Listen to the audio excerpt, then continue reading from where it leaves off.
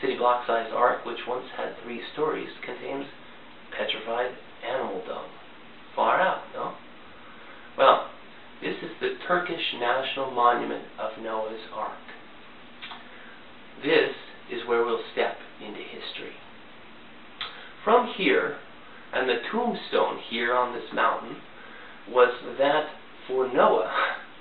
And this tombstone was 12 feet long, and the body, the bones, were that of a giant, a 9-foot-tall humanoid. The actual structure of the bone was held together, the boat was held together by a series of amalgam metals that should not, according to traditional biblical understanding, have yet existed, and yet these metals held together this boat. So there was clearly a greater abundance of knowledge prior to the flood than that which was left with us after the flood. Now below this boat is an area called the Valley of Eight. In this valley you find a series of anchor stones. This here is an anchor stone. It's taller than a 6-foot-tall man. Again, you're dealing with giants that would have the ability to hoist these stones over the side of the boat. Alright, well then, we're going to tie into the giants and the Greek tradition of the war between the Greek gods, which Plato referred to as their ancestors, which had reached apotheosis and had become gods, Hera and Zeus, Apollo, Dionysus, and of course Athena, and the war between these gods and the giants, because that is pivotal in history. Alright, now, from the boat, humanity spread out. They went down into the valleys as the waters receded and spread across the land wherever they could go. One of the places that they went was to the east.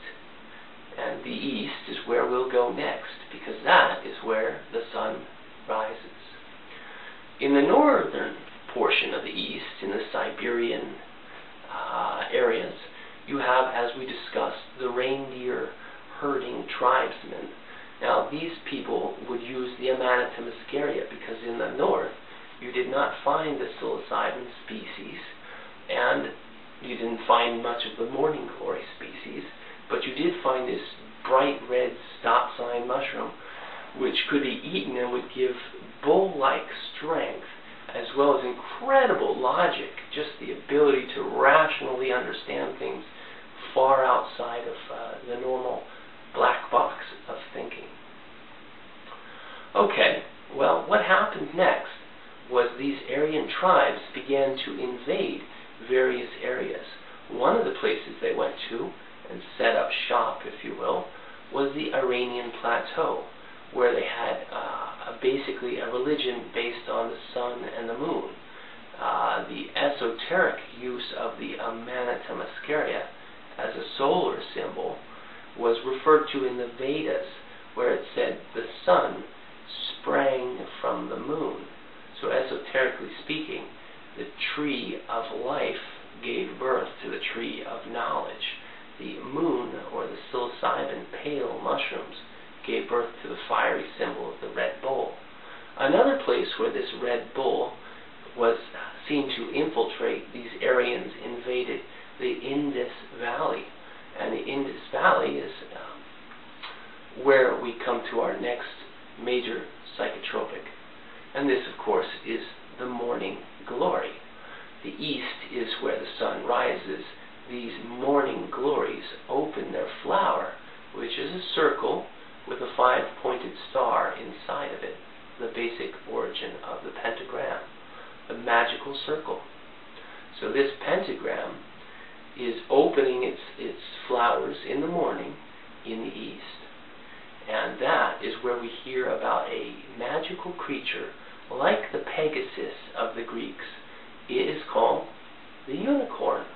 And the unicorn has all of its magic in a horn, a spiral staircase in which all of its magical power is contained.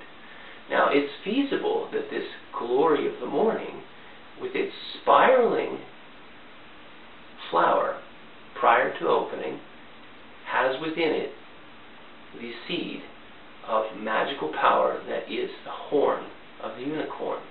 Let's take the word unicorn apart. Uni, which means one, and corn, which means grain. So the horn is the grain of oneness. There was a whole community of people called Dravidians who lived in India at that time.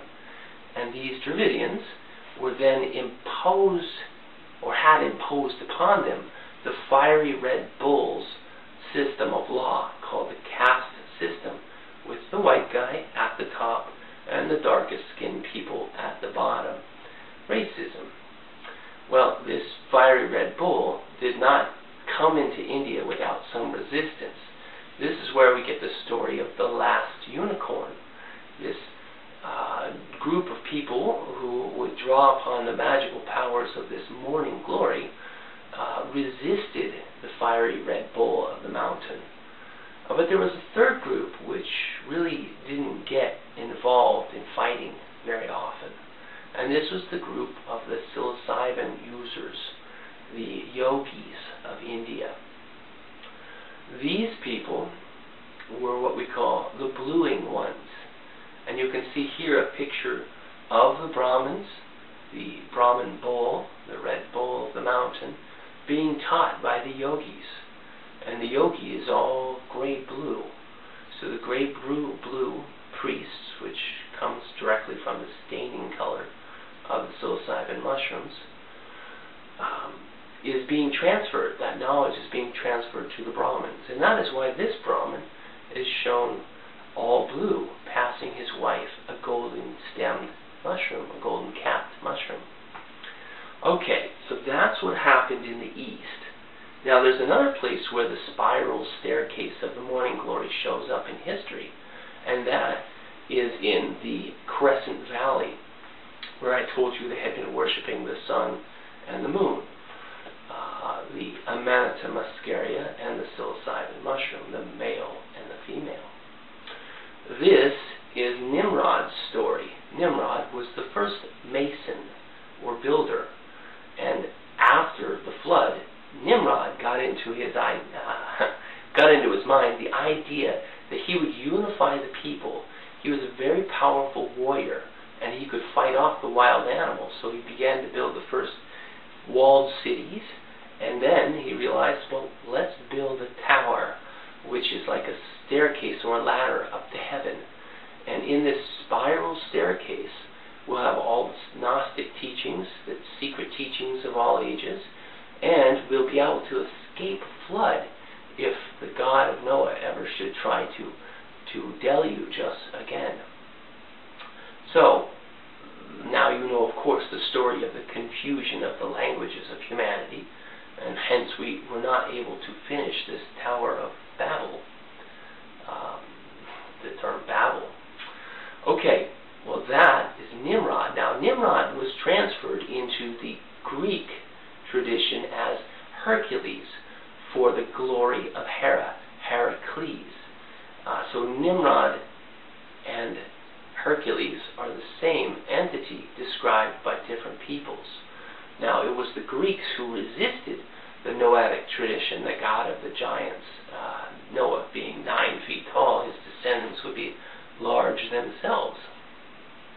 So there was the battle between these Greeks and the Greek gods. Now, Zeus would be Adam, and Hera would be Eve, and after Hera eats of the knowledge of the tree of knowledge of good and evil, here depicted in a French 12th century church, Hera is transformed magically by the fruit through apotheosis into a goddess.